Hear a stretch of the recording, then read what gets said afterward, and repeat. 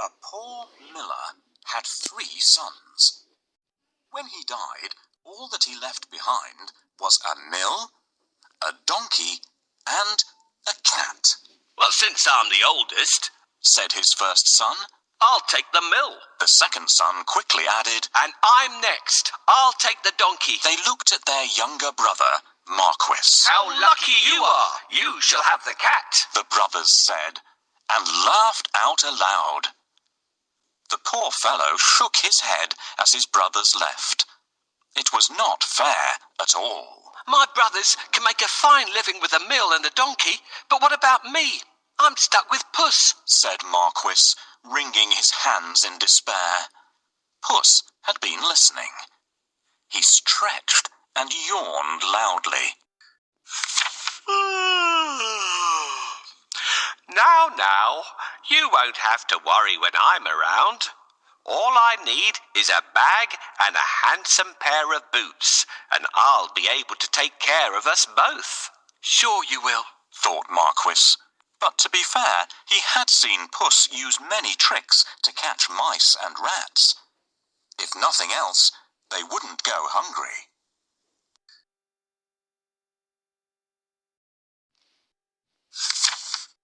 Our father left us some property in his will. I can't help thinking that it's been divided unfairly. Do you remember what I got?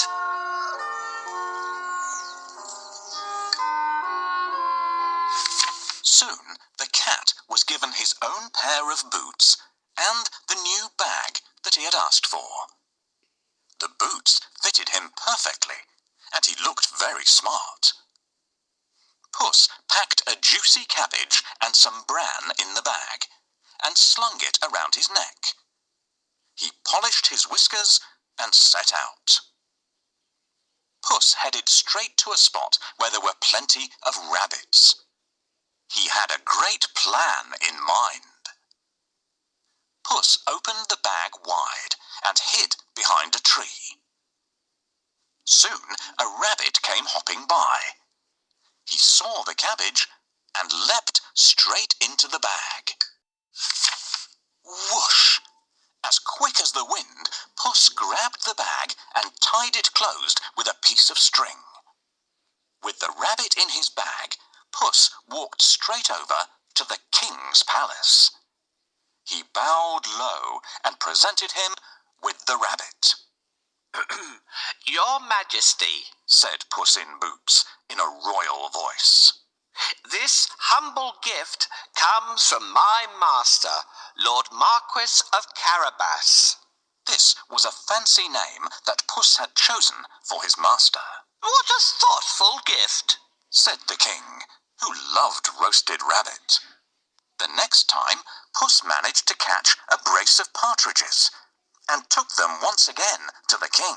"This is wonderful. Tell your master I'm very pleased," said the king, who loved partridge stew even more. This went on for 2 months. Puss was becoming an expert at catching game, and the king was getting plumper. "First, I need a bait for the rabbit. What do you think rabbits love to eat?" Puss knew a lot of things.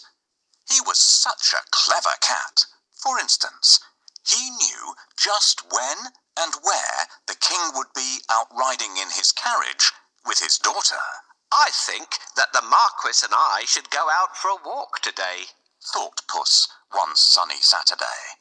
Puss took Marquis down to the riverside and spoke to his master. "Today could be your lucky day.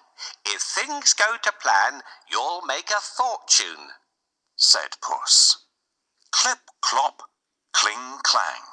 Puss heard the sound of a carriage approaching. They both looked into the distance. It was the king's carriage. "What should I do?" Marquis asked, ready to obey. He had grown happier with the food Puss brought in every day. "Go and bathe in the river. I'll take care of everything else," said Puss. "Is that battle?" cried Marquis. He pulled off his clothes and jumped into the river at once. Splash! Quickly, Puss hid his master's clothes behind a rock. "Help! My master is drowning!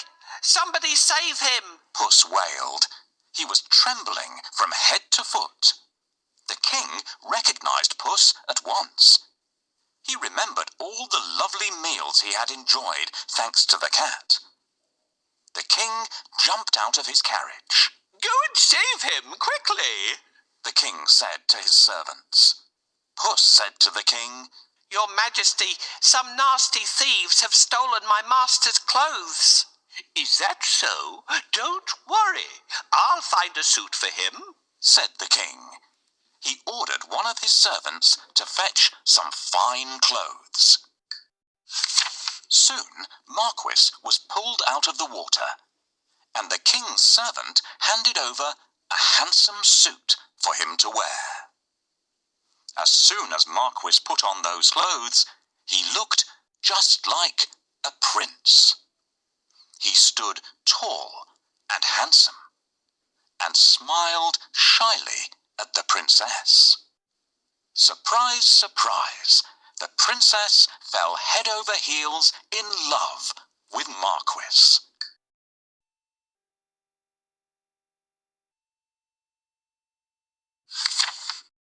"Master, I have a great idea. All you need to do is go and bathe in the river. I will take care of the rest." "Well, all right. That's easy."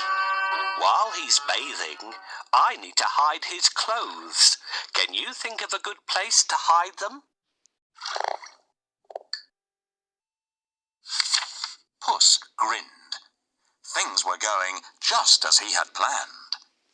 But he had more work to do. "If you will excuse me, I'll go and make suitable arrangements to receive our king at the castle," Puss said. Marquis was puzzled because he didn't live in a castle. But he kept quiet. Puss ran ahead and met some men mowing the fields. "My good fellows, stop your work and listen. The king is coming this way, and you are all in grave trouble. The only way to save yourselves is to say that these fields belong to the Lord Marquis of Carabas," Puss announced. The mowers looked at Puss in surprise. They were scared. "This Lord Marquis must be very powerful," they thought. They agreed to do exactly what the cat said, to save themselves. Puss went ahead and saw some men and women reaping grain in a field. "My good fellows, you can reap later, but listen to me now. The king is coming this way, and he'll make mincemeat of you unless you say that these fields belong to the Lord Marquis of Carabas," Puss announced.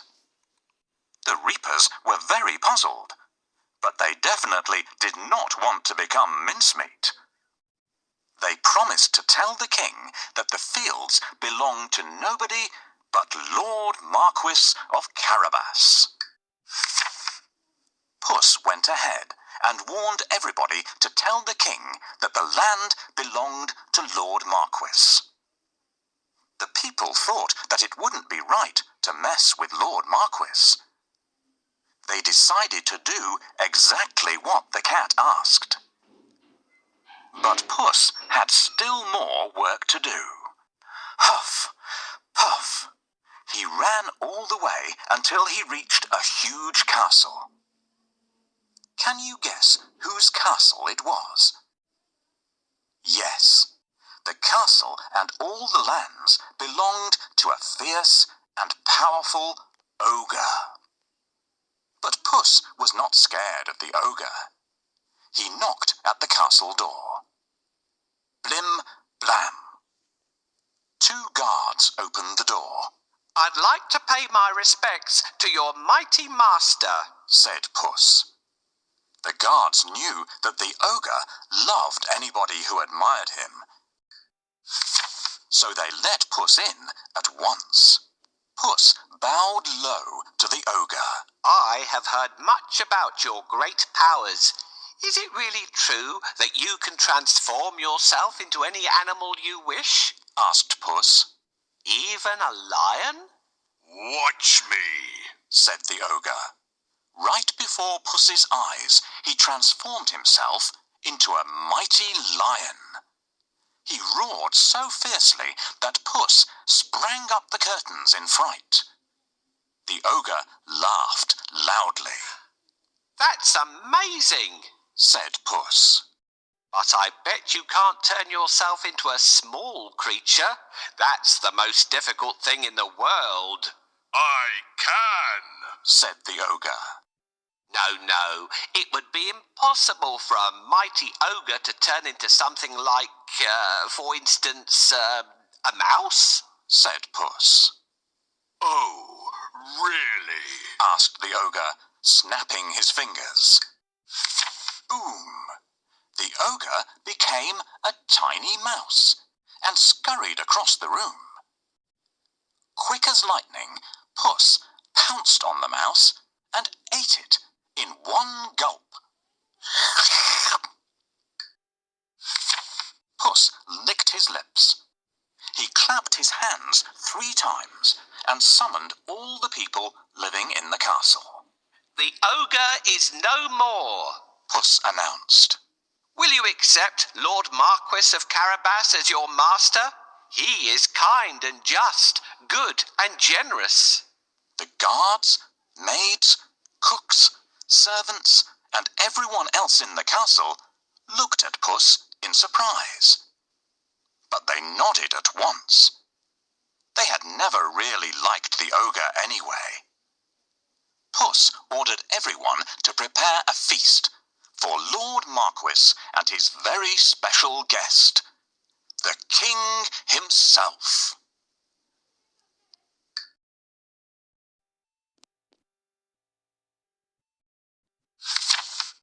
The coach with the king, the princess, and my master will be here soon.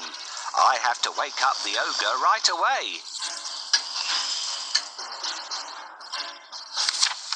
Meanwhile, the king travelled through the countryside, speaking to the people.